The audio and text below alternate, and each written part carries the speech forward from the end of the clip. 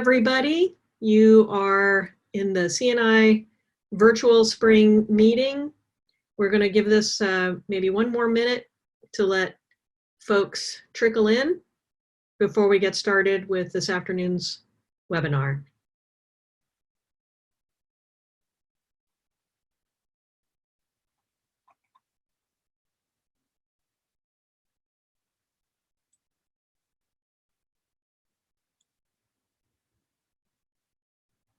Okay, I see a few other folks are joining us now. We're about a minute and a half past the half hour, so I'm going to go ahead and get us started here. My name is Diane Goldenberg-Hart from CNI. I'm so happy you could join us here today. I think we have a really interesting talk lined up for you. This afternoon, we are joined by Christine Fruin and Kevin Kochanski.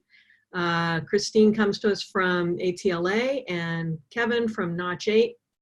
They'll be presenting the presentation, Collaboration and Community, Creating the ATLA Digital Library for Collecting and Connecting in Religion and Theology. Before I hand it over to Kevin and Christine, I just want to remind everyone that this session is being recorded and we will be making it publicly available after the session. Also, just to let you know, attendee microphones are muted. We will be taking questions for Christine and Kevin. There's a little Q&A box. If you just click on the Q&A box at the bottom, you can type your question in there at any time. And also the chat box is open if you want to chat with any of the panelists at any time, and that will be open as well. You can opt to make that open as well to all attendees. And without further ado, then I'd like to hand it over to Christine and Kevin and thank them for being here. Over to you. All right, thank you, Diane, and thank you, everyone joining us this afternoon. We appreciate you taking time out of your day, or perhaps it's morning, depending on which time zone you're in. I shouldn't say afternoon because it is still morning in certain parts of the country. As Diane introduced, I am Christine Fruin. I'm the Scholarly Communication and Digital Projects Manager at Atla. And in case you are not familiar with what I'm going to start with today is an introduction to who Atla is. Diane referred to us as ATLA. So we did used to be known as ATLA, but we are now Atla as a word. And we were founded in 1946 as the American Theological Library Association, which is how most folks still identify us. We are a really unique organization in that we are both a member association for both librarians and libraries that are engaged or have collections that are targeted towards the study of religion and theology. But we are also an organization that is a content producer. We have a number of database products that we host and that we offer for subscription to libraries and other information organizations that have a need for that content. So as I said, last year, just a little over a year ago, we did change our name to Atla, as well as update our logo and brand to better reflect our growing presence, not only internationally, but also just kind of broadening our scope and focus as well as a major actor in scholarly communication in religion and theology. As I said, we do several products in addition to being a member organization. I mentioned the databases. We currently have over 800 individual and institutional members worldwide. That's also kind of why we moved away from the American Theological Library Association, because we have such a growing international presence, collaboration, and membership. Member programs is the side of the organization that I work in. And as I said, we mainly develop tools and services and professional development for our members. We also offer a number of grants and scholarships for our members to help them for like library students who might be going to school specifically to become a religious studies or theological librarian, but also grants to travel to our conference and other activities that we want to support. We also offer consortial licensing to our members. Another the last two things are items that I am primarily responsible for, which is our open access publishing program, which does both open access serials as well as books. So definitely check those out. It's a growing program, as well as other digital projects and tools that support our member work. And one of those digital projects that is really important to us, and that is the focus of our talk today, is our digital library. So why did Atla decide to build a digital library? Why did we feel it was important for our members as well as for the more global study of religion and theology? Well, in 2015, we did conduct, which was before I started with Atla in 2017. We did a survey of our members, of those institutional individual members, to kind of get a landscape sense of where they were in terms of their own digitization projects, preservation projects, as well as access to special collections and archives in religion and theology that had been or needed to be digitized. As a result of that survey, we decided that we needed, to serve the needs of our members, we needed to develop some kind of collaborative and subject-focused approach to the care and care and access to these collections, particularly for what really is the core of our members, which are these very small theological and religious studies libraries. Our members are typically the smallest of the small, sometimes FTEs as low as 50, 60, but it's amazing. And one of the things that I love about my job is I frequently go on member visits and get to see the really rich special collections that even these very small libraries have. One of the first steps we took is we did attempt to become a DPLA hub. However, that was not successful, just because of where DPLA's kind of focus and attention was at that time. So instead, we kind of shifted focus a year later and decided, well, we'll just develop our own digital library. And we kind of identified what some of the goals would be in doing that. Of course, one of those primary goals was we wanted a sustainable platform solution, preferably one that was open source and that already had an established strong community investment. So we didn't want to go with something that was completely new. We wanted something that had been used by larger institutions, smaller institutions, and that it had a good core kind of development foundation in it as well, and that there was, sustainable funding, not wholly reliant upon grants as so many startups are, and that really had a community of support, not only in libraries, but collectors and developers. So that was goal number one. Goal number two is we wanted to make sure that the end product was something that was standards compliant and interoperable. We wanted something that other libraries could interact with their systems, because one of our primary goals was harvesting. So we wanted a system that was going to talk with other systems. And of course, the final goal, which is also really important, is, okay, we build this thing, we get content in it. What are people going to do with it? And so we wanted to make sure that content was going to be discoverable, visible, and accessible. Because what our kind of collection scope is are collections that are of scholarly, historical, and cultural significance to the study and teaching and learning of religion and theology. So with those goals in mind, and looking at what options and solutions were available at the time, we ended up in 2017 then selecting Samvera, the current iteration being Hyrax, as a platform. And we partnered with Notch8, which my co-presenter is representing today, partnered with Notch8 to develop the Atla Digital Library. So this is just a screenshot. I encourage you to go check it out, and the URL is up there. And actually, my screenshot is probably a little out of date now. We've been doing we're still doing kind of some tweaking and things on it. But I encourage you to go check it out at this link.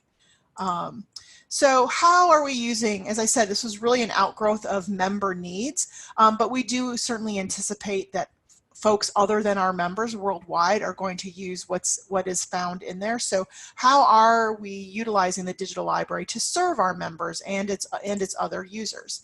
So right now, primarily what we have been focused on is metadata harvesting. So therefore, folks have to have existing digital collections through which we can harvest the metadata either through an OAI or a CSV. We are not currently hosting. I'm going to be talking about that in a little bit. But right now we are harvesting metadata that exists for digital collections. So these collections have to be digitized and be living somewhere that we can go out and grab the metadata. With Notch 8, and I think Kevin will probably talk about this more, we have developed a harvesting tool that allows us to grab metadata out of things such as Internet Archive, Content DM, Omeka, and others. And then if folks don't have one of those existing platforms, they can also give us their metadata through CSV. We've spent a lot of time developing kind of our metadata standards and kind of educating our members on metadata best practices through this process. Our metadata harvesting program is free for Atla member institutions. However, non-Atla member institutions can also participate if they have, and we are encouraging folks, if you have wonderful digital collections in the areas of religion and theology that you want to up the discoverability and usage of, we encourage you to reach out to us. We charge a very, very nominal fee, for non-Atla members to allow their metadata to be harvested, because we're really kind of using it also as kind of a recruitment tactic to say, well, if you only spend just a wee bit more, you can actually become a member institution of Atla, and you get all of these other great benefits by being an Atla member.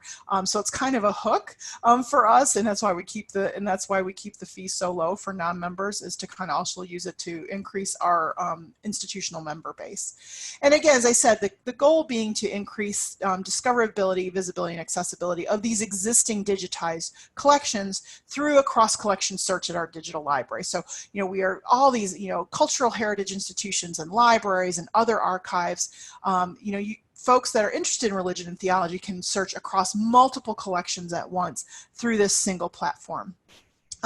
Some things that we've been working on is we have been developing IIIF viewer capability within the site. I'm going to talk a little bit more about why we did that in a moment.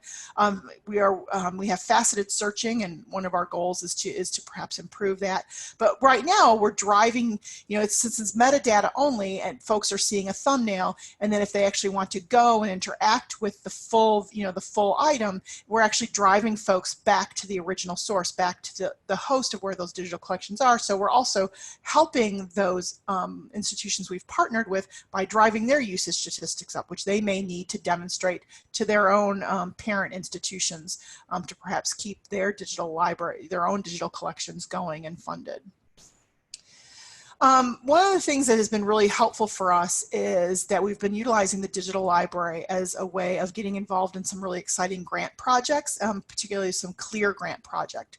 Atla has been named recently as a collaborator on 2 CLEAR grants. And there are also 2 CLEAR grants that are in progress, which unfortunately, due to the current global situation, my guess is those have been kind of temporarily been put on hold and may not be submitted this year. But we are currently partners on 2 different CLEAR grants. One being one of the Digitizing Hidden Special Collections Archives grants with the Christ Church Preservation Trust in Philadelphia, which represents a number of very historical, some of the earliest churches in America, actually before America's formal founding.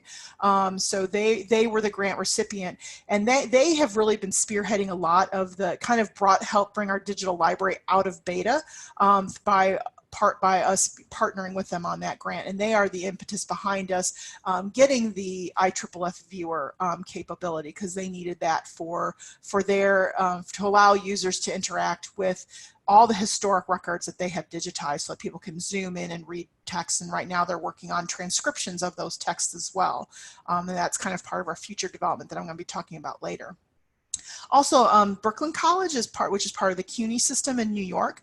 They were recently awarded a Recordings at Risk grant, and they are digitizing sermons of a very famous reverend at a Baptist church there in Brooklyn, who was very involved in civil rights. He was part of Dr. Martin Luther King's kind of band of folks, and we're going to be working with them also to include the metadata for those recordings, help them drive up the discoverability and usage of that very important collection. So we're a partner with them as well. We've been doing, besides these visible projects with these grants, we've been doing a lot of other marketing through our own newsletter and blog. We've also been doing some webinars that have been highlighting new participants that have really unique collections. So we're always wanting to highlight the things that are in there and get notification out to the world of the kinds of unique things that they can find in our library. Kind of a service to our members, because again, this is a member program, and ultimately, we want this to be an opportunity for our members to learn and to become skilled in digitization and metadata. So, one of the things that I feel really, proud of, that we have spent an enormous amount of time. My colleague, Christy Karpinski, who is our digital project coordinator, spent a lot of time working on our metadata guidelines and best practices, and this metadata application profile used by folks that participate in the Atla Digital Library. And she and I also worked on a collection policy, as well as I drafted our MOU, our Memorandum of Understanding, that we execute. All of this documentation is publicly available. We are happy if folks want to use us, as a model as they're looking at their own, looking to develop their own documentation. If you go to the digital library, you'll find links to all of these various things that we use. And if you can't find them, you're always welcome to reach out to me. I'm always happy to talk about, documentation is kind of my jam. Being a lawyer, in addition to being a librarian, I love working on MOUs and policies and things. So I'm always happy to talk with folks about that. We've also been doing a number of training and just providing other kinds of resources to help educate our members, or really anyone that has interest in these things. We have done a LibGuide on digitization, and then we did a 4-part webinar series, which was recorded and is available through the Atla website for anyone to view. But they are really targeted towards our digital library, how to participate, so how to kind of get started if you wanted to be a institution that had your metadata harvested by us. And then Christy did a really great webinar just kind of on metadata and on metadata best practices, but then targeted it also towards kind of the standards that we have for metadata if you want to have your metadata harvested by us. And then I did a webinar on rights management, and that one really is a more widely applicable one, and I talked a lot about copyright clearance when you are selecting items for digitization, and managing rights once you've digitized things, and helping kind of libraries navigate, the permissions kind of minefield. A lot of libraries confuse themselves on requiring permissions of themselves as being a rights holder when they really don't have any rights because the things are in public domain. So I cover a lot of that in the webinar that I did, and then talk specifically about the rights field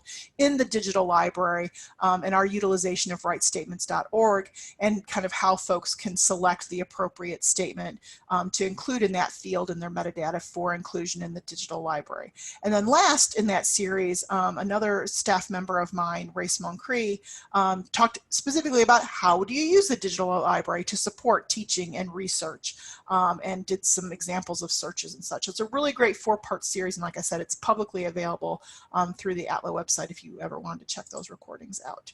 So I am now going to turn it over to my co-presenter, Kevin. We're going to do a quick switch of slides. I'm going to stop sharing and let him start sharing. So just give us a few seconds while we quick do a switch here.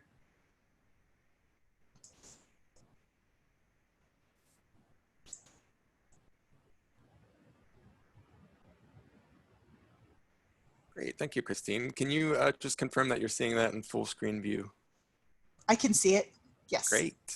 So thank you, and thank you for inviting me to co-present. I know that's because we're based in San Diego, and that was originally a really convenient thing, but I'm happy to still be a part of this.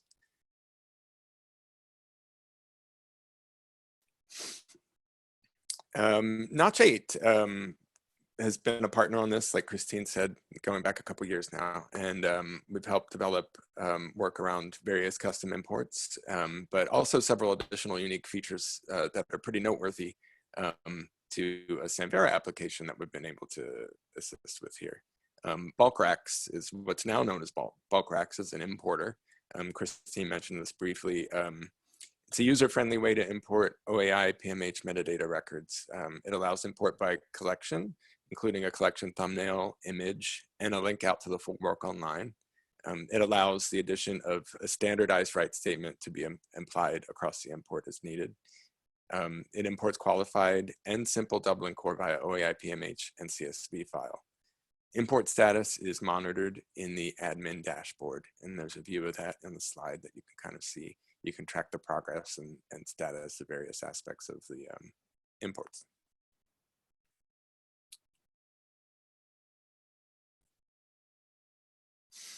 Just a sample import showing what fields can be configured for each individual import, including a base URL, metadata prefix, and you can set that right statement at the bottom here with an option to override existing right statements.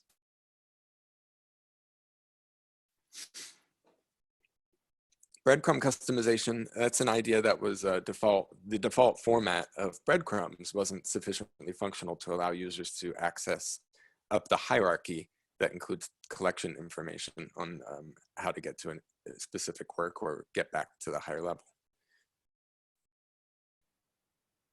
Breadcrumbs are configured to better reflect organization of the system. The trails here incorporate individual contributing institutions, parent collections, which contain child collections. They're dynamic so that they show the collection of the discovery path via that unique search. Even if the work is in multiple collections, it's going to show it by how you found it. And here's an example of what the request looked like and how it got a little more robust so that you can actually see the collection information up in the breadcrumbs.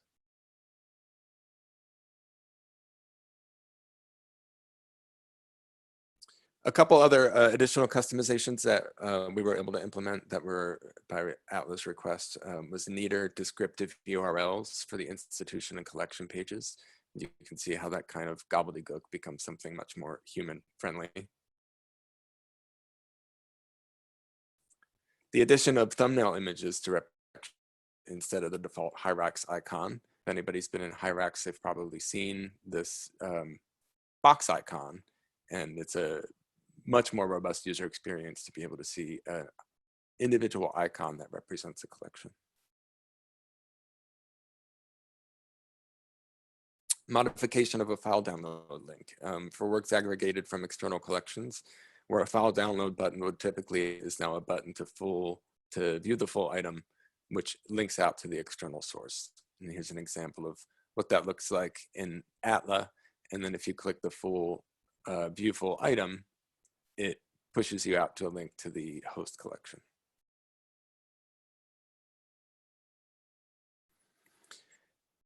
As Samvera project partners, it was important for this work that the rest of the community could benefit. Any work that the rest of the community could benefit from be contributed back for them to take advantage of. So one of the significant contributions to Atla was the bulk racks. And the Atla importer work was the basis for a fuller featured version of bulk racks, which is now publicly available. This is now expanded to support OMH, CSV, also Baggett and XML files all out. And Notchade is very soon going to be releasing a bulk racks version that has full round trip import and export. And we're able to add the export function in partnership with another project that's very soon going to be released. And I'll pass it back to Christine.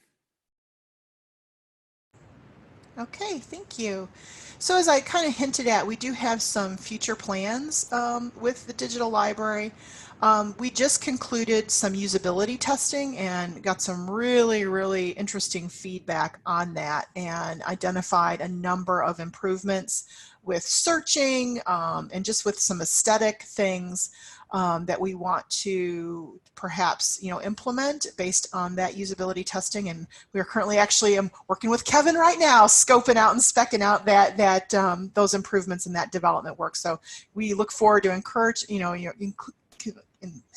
look forward to continuing our collaborative relationship with NACHE. They've been a really great partner for us in developing this. As I said, we have the IFFF viewer, and we are working with the Christchurch folks right now about how they have people volunteers actively transcribing these, 250 some year old church records. And so we're also looking at how we can embed those transcriptions into the digital library so that folks can see the transcriptions alongside with, just outside of or within the viewer. So we're exploring different options with that right now. As I said earlier, right now we are just doing metadata harvesting, but a number of our members have things digitized and have no place to put their digitized collections. So we have been hearing from our members that they would really like for us to also act as host, and that is certainly high on our list to begin exploring.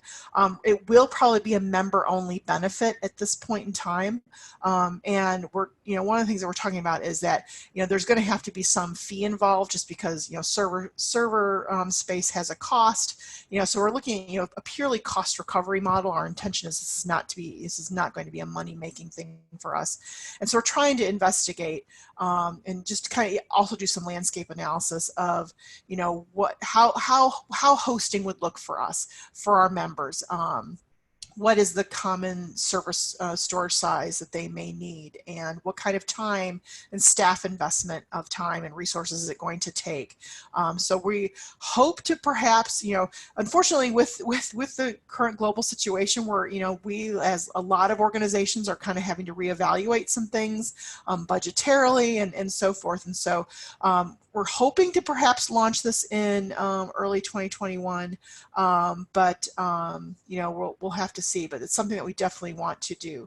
Another thing that we've been looking at, and this is kind of an idea that Christy had, is a lot of our members, as I said, especially the very small ones, do have these amazing special collections, very, very unique items that I have been privileged to see when I've gone out and visiting our members, but they don't have the means to actually digitize or know how to go about doing that. And so we've thought about launching for some, for our members, kind of a competitive grant program where they could receive equipment as well as in-person training on how to digitize, how to, get good files, get good metadata.